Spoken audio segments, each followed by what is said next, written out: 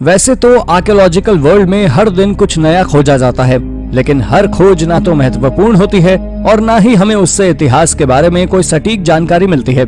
इसलिए हर archaeological discovery के बारे में आप पढ़ नहीं सकते हैं। तो आज की इस वीडियो में हम आपके लिए लेकर आए हैं हाल ही में हुई 10 इनक्रेडिबल डिस्कवरीज।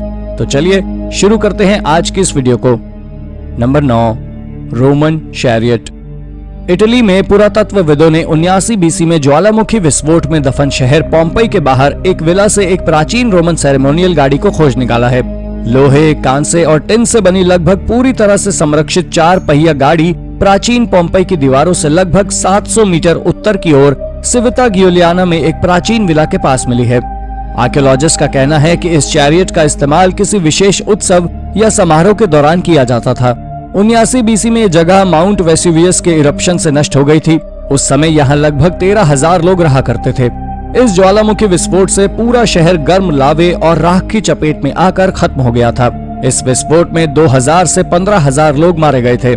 हिस्टोरियंस का कहना है कि ये चैरियट इसलिए सही सलामत था क्योंकि इमारत ढहने और छत गिरने से ये पूरी तरह कवर हो गया था। नंबर 8, मायान स्टेयरवे हायरोग्लिफिक्स। माया सिविलाइजेशन हमेशा से ही हिस्ट्री और आर्कियोलॉजी में इंटरेस्ट रखने वाले लोगों के लिए आकर्षण का केंद्र रही है। हम आज भी इस सिविलाइजेशन के बारे में ज्यादा कुछ नहीं जानते। हाल ही में माया सिविलाइजेशन का एक 21 मीटर ऊंचा स्टेयरवे खोजा गया है। 1250 स्टोन ब्लॉक से बने इस स्टेयरवे में 62 स्टेप्स बने हुए हैं और हर एक में हायरोग्लिफिक्स टेक्स्ट है। ये अब तक का खोजा गया सबसे लंबा माया टेक्स्ट है। आर्कियोलॉजिस्ट ने इसे हाल ही में डिकोड किया है।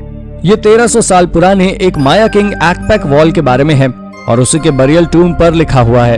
इस टेक्स्ट के अनुसार एक्पैक कई डिप्लोमेटिक ट्रिप्स पर जाकर अपना प्रचार प्रसार किया करता था। अजीब बात यह है कि किंग के शरीर के अवशेषों से उसे हार्ट डिजीज और डेंटल प्रॉब्लम्स होने के संकेत मिले हैं। इसके अलावा उसे बचपन में ही कुपोषण की शिकायत भी रही होगी। चूंकि एक्पैक राजा का ही बेटा था, ऐसे में उसका मैल न्यूट्रिशन होना आर्कियोलॉजिस्ट को भी समझ नहीं आ रहा है। Number 7, oldest wooden statues. Shigir idol के नाम से जाने वाले इस वुडन स्टैचू 1790 में रूस में खोजा गया था। इस स्टैचू की लंबाई लगभग 5 मीटर है। इसे जियोमेट्रिक मोटिव्स और कई ह्यूमन फेसेस से डेकोरेट किया गया है।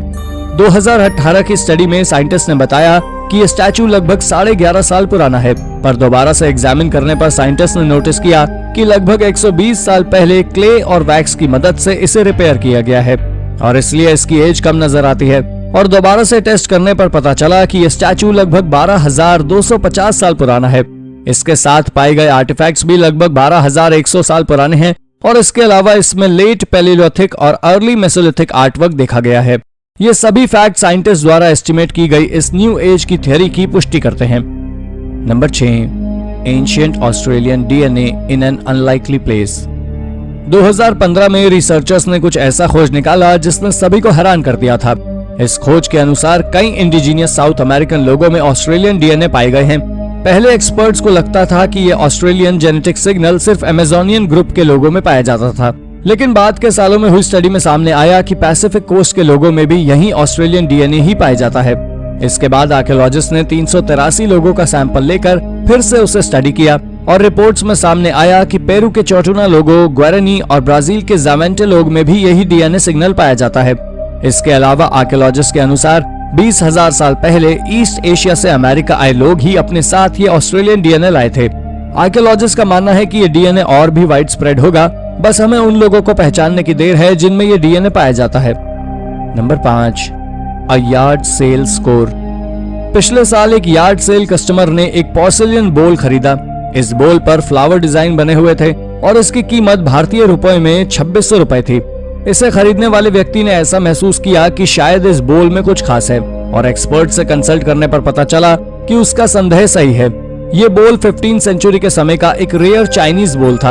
आर्कियोलॉजिस्ट का अनुमान है कि ये बोल यंगल एम्परर का है, जो मिंग वंश का तीसरा शासक था, जिसने 1403 से 1424 तक शासन किया। हिस्टोरियंस की माने तो इस तरह के सिर्फ 6 ही बोल बनाए गए थे। आज के समय में इस रेयर आर्टिफैक्ट की कीमत 22 से 25 लाख रुपए के बीच की है, लेकिन हाल ही में इसे 5 करोड़ रुपए में न्यूयॉर्क के एक ऑक्शन में खरीदा गया। तो अगली बार अगर आप यार्ड सेल या सेकंड हैंड स्टोर से कुछ खरीदें तो अपनी नजर जरूर पैनी रखिएगा। Number 4, deepest known shipwreck. 25 अक्टूबर 1944 को सेकेंड वर्ल्ड वॉर के समय यूएस नेवी का destroyer USS Johnston summer island के फिलीपीन सी पर डूब गया था। 115 मीटर लंबे इस शिप को हाल ही में 2019 में खोजा गया। ये शिपरेक समुद्र से लगभग 6500 मीटर की गहराई पर पाया गया। एक्सपर्ट्स का कहना है कि अब तक का खोजा गया सबसे डीपेस्ट सबमर्ज शिप है। रिसर्च टीम के अनुसार शिप का अगला 2/3 हिस्सा आज भी अच्छी तरह संरक्षित है। इसके हल पर लिखा हुआ नंबर 557 आज भी साफ साफ देखा जा सकता है। इस शिप से विश्व युद्ध में इस्तेमाल हुए कई हथियार भी बरामद हुए हैं, जिसमें 5 इंच लंबे 4 गन टरेट्स, 2 टॉर्पेडो रॉक्स और कई गन माउंट शामिल हैं। Number 3, who were the habits. इन्हें ये नाम हॉबिट्स इसलिए दिया गया था क्योंकि आज के समय के इंसानों की तुलना में इनके स्टेरियोस काफी छोटे थे। लेकिन ये हॉबिट्स थे कौन? असल में ये अर्ली ह्यूमंस की ही 2 प्रजातियां होमो फ्लोरेसिनेसिस और होमो ल्यूजियोनेसिस है, जो कई साल पहले विलुप्त हो चुकी हैं।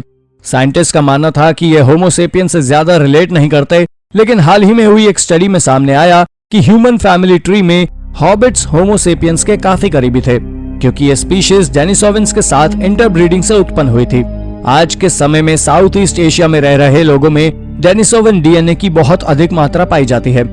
लेकिन हैरानी की बात यह है कि इस एरिया में डेनिसोविन्स के अवशेष नहीं पाए गए और इसीलिए वैज्ञानिकों का अनुमान है हॉबिट्स की ये दोनों स्पीशीज सदर्न हिस्से में रहा करती होंगी। रिसर्चर्स का यह भी कहना है कि ये दोनों हॉबिट स्पीशीज लगभग 50 से 70 हजार साल पहले विलुप्त हो गई थी, इसलिए ऐसा संभव ही नहीं है कि इन्होंने डेनिसोविन्स के साथ इंटरब्रीड किया हो। इन सभी थियरीज ने वैज्ञानिकों को भी कंफ्यूज कर दिया है कि हॉबिट्स को ह्यूमन फैमिली ट्री में कहां रखना है। Number 2, Teotihuacan discovery. हमारी इस लिस्ट में अगला नाम टिओटिहुएकन का है। मेक्सिको के बहुत ही पुराने शहर टिओटिहुएकन में ढेरों आर्टिफैक्ट्स मिले हैं। इनकी संख्या 50,000 से भी अधिक होगी। ये शहर मेक्सिको सिटी के उत्तर पश्चिम में लगभग 50 किलोमीटर की दूरी पर स्थित है। टिओटिहुएकन शहर उत्तरी अमेरिका के उन जगहों में से है जो कोलंबस के अमेरिका आने से पहले स्थानीय संस्कृति का बड़ा केंद्र था। यहाँ से जो चीजें बरामद की गई हैं उनमें जेवरात, बीज, जानवरों की हड्डियां और इंसानों की छोटी मूर्तियां हैं। साथ ही उस समय के बर्तन भी मिले हैं। ये चीजें धार्मिक महत्व वाले एक सुरंग से बरामद की गई हैं, जिसे 1800 साल पहले बंद कर दिया गया था। आर्कियोलॉजिस्ट की माने तो ये सभी आर्टिफैक्ट्स 3000 साल पहले यहाँ रहने वाली सिविलाइजेशंस के लोगों के समय के हैं। Number 1, Antikythera shipwreck. ग्रीस के कोस्ट पर खोजा गया एंटिकाइथेरा नाम का ये शिपरेक एंशिएंट वर्ल्ड का सबसे फेमस शिपरेक है। इस शिपरेक का नाम एंटिकाइथेरा उस आइलैंड के नाम पर दिया गया है जिस पर इसे खोजा गया है। इसमें पाए गए एक गैजेट को दुनिया का सबसे पुराना कंप्यूटर माना जा रहा है। आर्कियोलॉजिस्ट की माने तो इसका use religious cultures, agricultural activities और यहाँ तक कि ओलंपिक गेम्स को प्लान करने में किया जाता है। इस शिपरेक को सबसे पहले 1900 में खोजा गया था, लेकिन यहाँ एक्सकेवेशंस आज भी जारी हैं। काफी गहराई में होने की वजह से इस साइट को एग्जीक्यूट करना आर्कियोलॉजिस्ट के लिए भी आसान नहीं है। यहाँ से कई वैल्यूएबल आर्टिफैक्ट्स मिले हैं, जिसमें ब्रॉन्ज आर्टिफैक्ट्स, कॉइन्स, सोने की बनी हुई ज्वेलरी आदि शामिल है। पर सबसे ज्यादा ध्यान आकर्षित किया इससे मिले ह्यूमन स्केलेटन ने। मॉडर्न टेक्नोलॉजी की मदद से साइंटिस्ट इसका डीएनए एनालाइज कर रहे हैं। उनका अनुमान है इससे वो कई महत्वपूर्ण जानकारियां जुटा पाएंगे। एक्सपर्ट्स को यह भी उम्मीद है कि इस साइट से अभी और ह्यूमन रिमेन्स खोजे जा सकते हैं। तो दोस्तों, ये थी हमारी टॉप 9 आर्कियोलॉजिकल डिस्कवरीज। इस लिस्ट में आपको कौन सी खोज सबसे रोचक लगी? अपना जवाब हमें कमेंट करके बताइए।